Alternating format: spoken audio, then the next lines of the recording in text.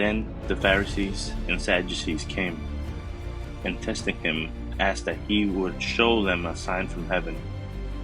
He answered and said to them, When it is evening, you say, It will be fair weather, for the sky is red. And in the morning it will be foul weather today, for the sky is red and threatening. Hypocrites! You know how to discern the face of the sky, but you cannot discern the signs of the times.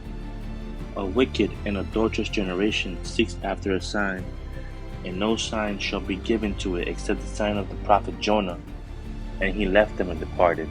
Now when his disciples had come to the other side, they had forgotten to take bread. Then Jesus said to them, Take heed, and beware of the leaven of the Pharisees and the Sadducees. And they reasoned among themselves, saying, It is because we have taken no bread. But Jesus, being aware of it, said to them, O you of little faith, why do you reason among yourselves, because you have brought no bread? Do you not yet understand or remember the 5 loaves of the 5,000, and how many baskets you took up? Nor the 7 loaves of the 4,000, and how many large baskets you took up? How is it you do not understand that I did not speak to you concerning bread, but to beware of the leaven of the Pharisees and Sadducees? Then they understood that he did not tell them to be aware of the leaven of bread, but of the doctrine of the Pharisees and Sadducees. When Jesus came into the region of Caesarea Philippi, he asked his disciples, saying, Who do men say that I, the Son of Man, am?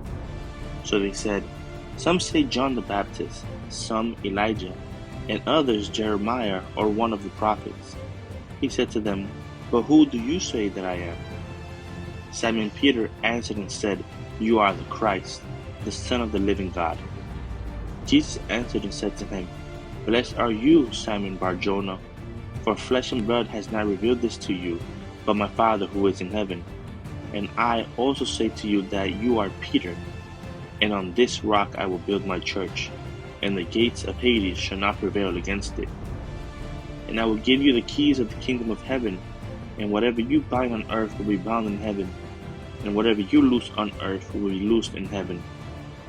Then he commanded his disciples that they should tell no one that he was Jesus the Christ.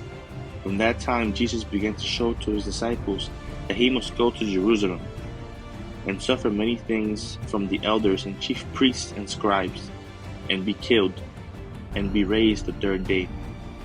Then Peter took him aside and began to rebuke him, saying, Far be it from you, Lord, this shall not happen to you. But he turned and said to Peter, Get behind me, Satan, you are an offense to me, for you are not mindful of the things of God, but the things of men.